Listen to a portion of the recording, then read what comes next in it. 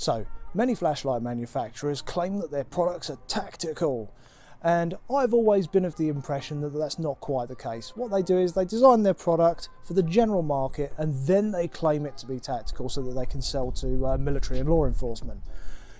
This, on the other hand, is a bit different. This is the Brinyte PT18 Pro Oathkeeper, and this, I think, has been designed the other way around. This had definitely been designed for military and law enforcement first, and then it's been marketed to the general public. So Brinyte are quite bold in their advertising when it comes to what they believe that this is used for. Here's a 15-second clip of one of their videos.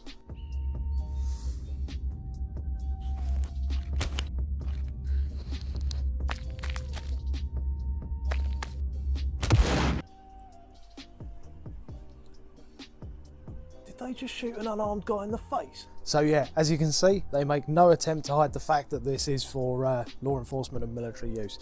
One of the nice features about the ring, which we'll get onto a bit more later, is the fact that it's wide enough for you to easily use it with a glove, and it's still comfortable without a glove.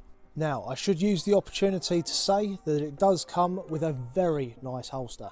Most companies that give you a holster, the quality of the holsters are not that good. This one, very nicely made. Good strong Velcro. It's lower on one side than the other to accommodate for that ring. Has a pouch for the battery, and it has a really big chunky clip which will fit on a fat duty belt, and it will do a full 360 rotation for any preference. Now, it's important that we discuss the legalities of this ring. Now, in a lot of countries, this isn't going to be a problem for you to carry on your person in public. In this country, in the UK, we have to be very careful because our laws are very strict. I've already spoken to a couple of friends who have got involvement with the police, and they kind of agree with me that if you were stopped with this, you'd have a hard time explaining your way out of that one. So do bear that in mind, and please pay attention to your local laws and regulations. Let's take this just very quickly to the table, give you a quick overview, and then we're going to get into some far more interesting tests with this, including what is this ring? Right, so I'm not going to spend a lot of time with this thing on the table. I'm much more interested in getting it out of the box, getting out there and actually using it and showing you some of its features. So we'll very quickly just take a look. Now, bear in mind, this is a sample box. This is what these companies typically send torches like this to people like me in. So they've given me a Brinyte wristband there. They have, and this is a little bit different. So instead of an instruction book, they come with like these cards. So for example, if you're not familiar with its operation, you can always just separate, because it's on a little little clip here, separate the cards off and you can put them in your pocket just in case. And what else comes in the box? Well, we get, well, quite a substantial lanyard actually. That's probably one of the best lanyards I've seen from any manufacturer that's been sent out. And then obviously you also get some replacement O-rings there, replacement rubber O-rings in case one of the seals ever goes.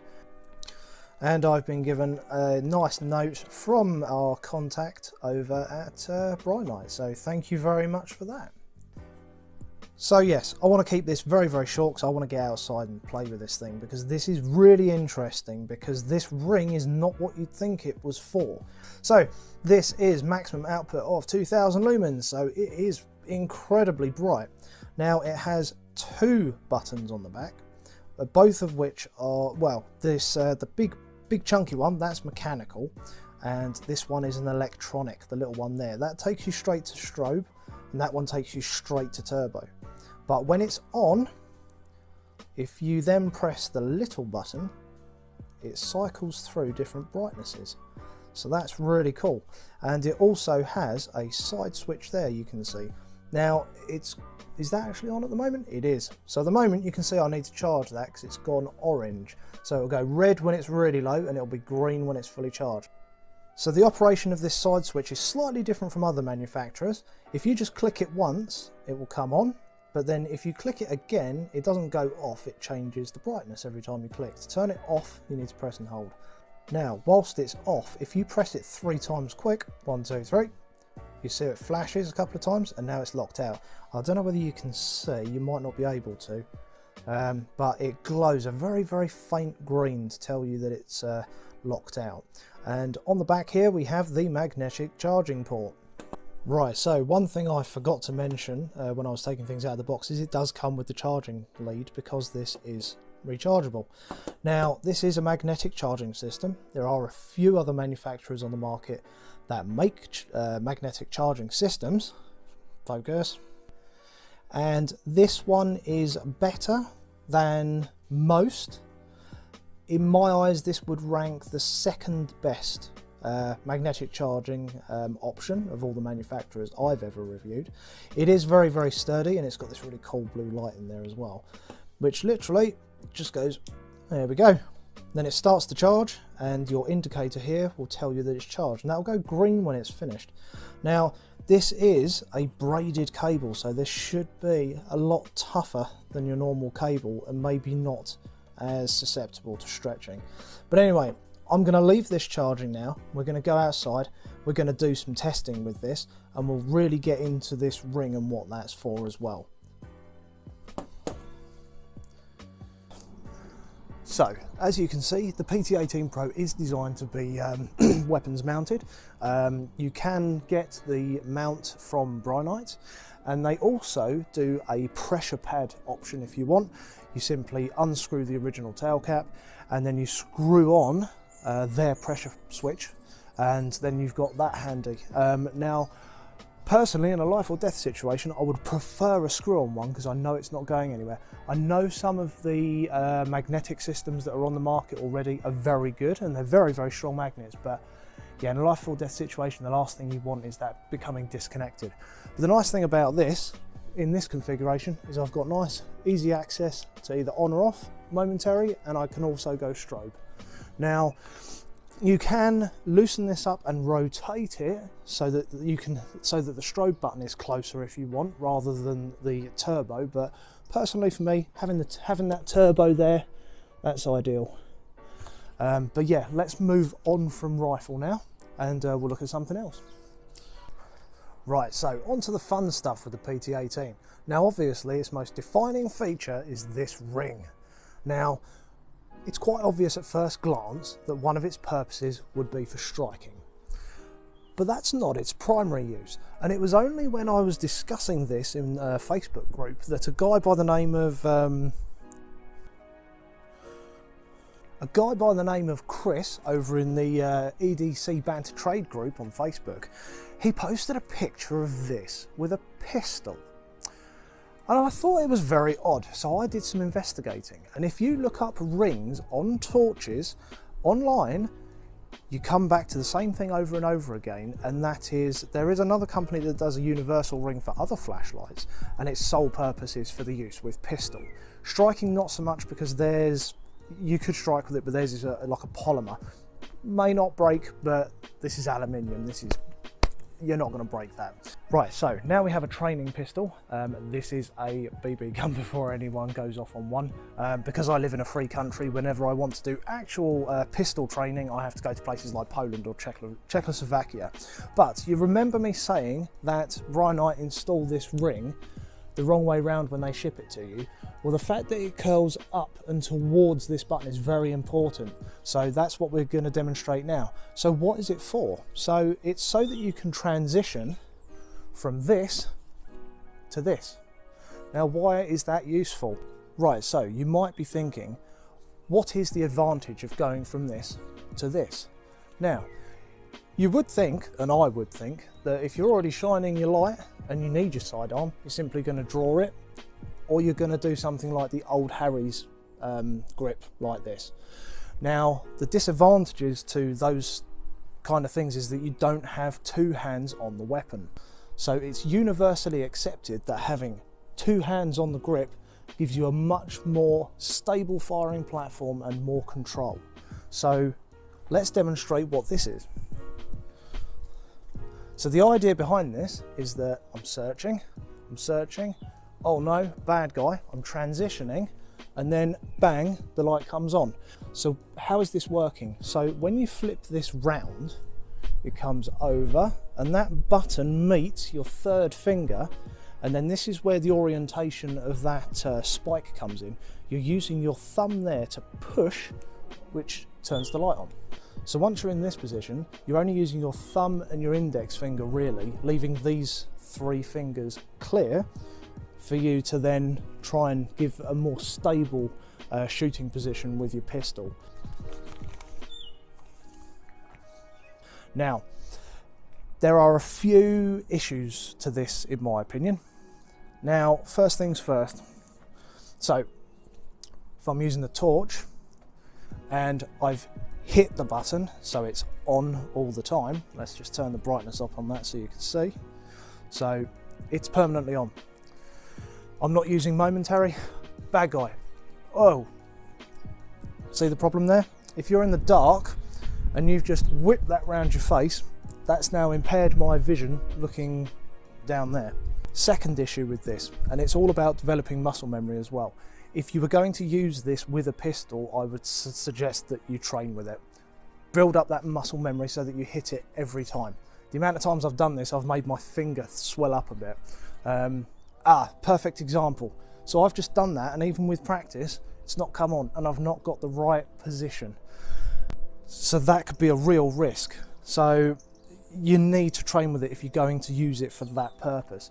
Now, whether or not I would, and this is only my opinion, it adds a level of complexity where complexity isn't required. And in a high stress situation, I don't believe it could land you in some trouble. Because if you go to try and use it and it doesn't come on, you're then on the receiving end of something bad. Another issue is if I've already got a light on a suspect, why would I then turn the light off in order to flip it just to turn the light back on? In that split second where, you know, the light is not on him whilst I'm transitioning from one to the other, in that moment of darkness, he could have pulled a weapon and I'm not going to see it. So again, it's all swings and roundabouts, and it's all how you want to use it and whether or not you trust it to your life if you're using this for military and law enforcement. And again, some of you guys with experience with this, please leave the comments below. Love to see it. But yeah, enough about the use with pistol. Let's move on to its secondary use, which is striking. So, as I mentioned before, the secondary use for this is striking. Now, it's aluminium, so it's very, very tough. It ain't gonna break. I've already been punching fence posts with it. But just for a laugh, I have my analog here. I'm gonna call him Ian, and Ian's a bad guy. Now, realistically speaking, you're not gonna hook with this. You might be able to uppercut, but not really. Realistically and sensibly, you're probably going to be jabbing with it, probably primarily because you'd have it in your non-dominant hand, wouldn't you? Because this hand would be used for whatever else.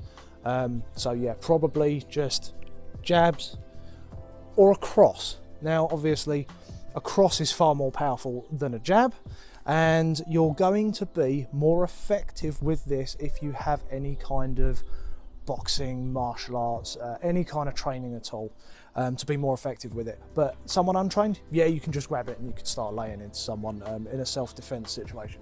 So, I'm going to do 2 strikes. We're going to do a jab, and then we're going to do a cross. Now, I'm hoping, so the jab, you know, it's not as powerful as the cross, so I'm just expecting a little bit of damage. It's probably going to get more damage when it hits the floor. And then when we move on to the cross, I'm hoping I just punch straight through it. Who knows? But this is just for fun and to demonstrate. So let's go for a jab. Well, I've got watermelon on my glasses and it completely obliterated it. I didn't even need to do a cross. Let me show you. Oh dear, Ian. Yeah, so you can see the imprint of the ring where it went in. Most of that broke before it hit the floor, and then the floor finished it off. There's no way I can use that twice. That's a shame. So yeah, striking implement, yeah, it's good for that. So I was a little bit disappointed that we couldn't do a cross. I wasn't expecting the watermelon to go that easily with just a jab with this thing. So I went to the shop, couldn't find any melons unfortunately, so this will have to do. So I just want to do it for fun really at this point. There's no point other than for fun, so we'll give it one. Well, that flew a good 20 feet down the garden. Now, this is a flashlight at the end of the day, so let's take it outdoors at night time and we'll see what kind of performance we get out of it. So we are now out with the Brinyte PT18 Pro Oathkeeper. We've come outdoors. There's a tree. You will notice I have taken that ring off purely because of our laws here, and I don't want to upset anyone.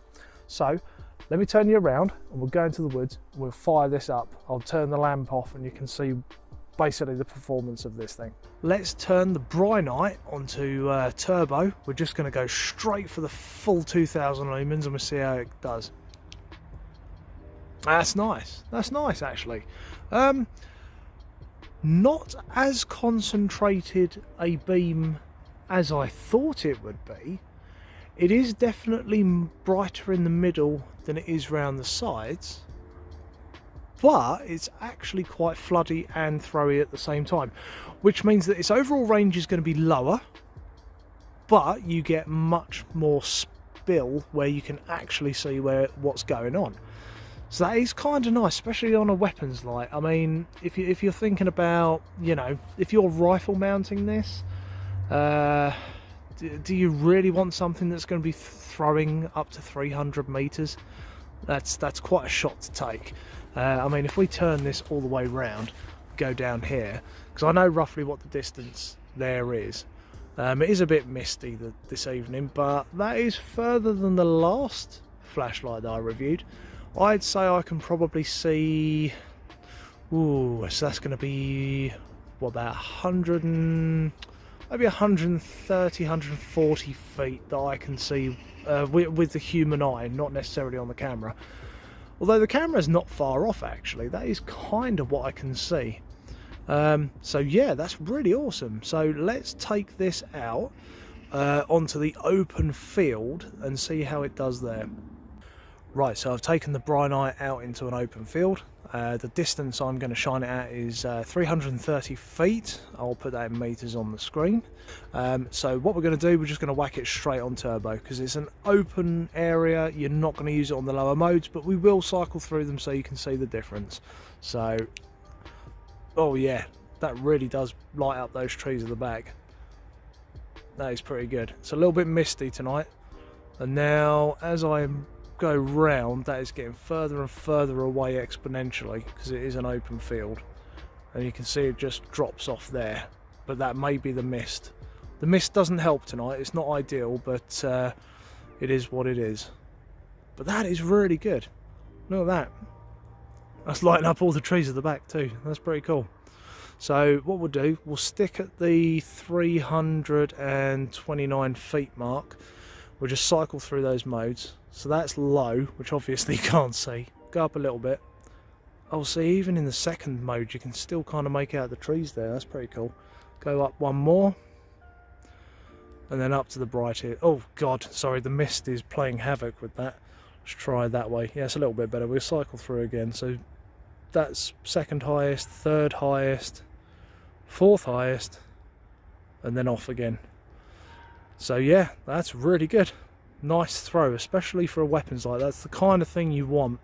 It's got a nice tight profile in the middle with quite a bit of spill actually. If I hold the torch still, quite a nice bit of spill.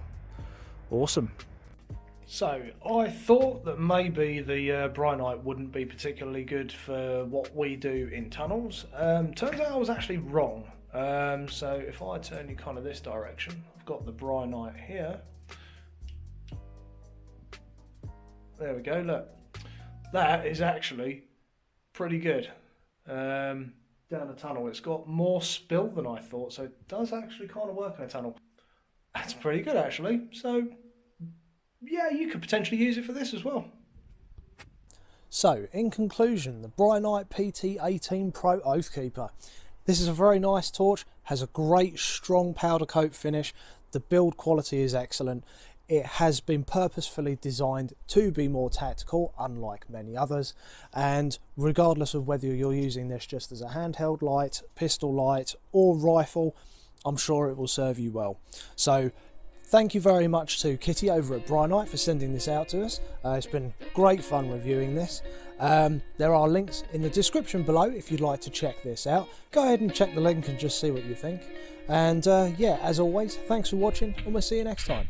Cheers.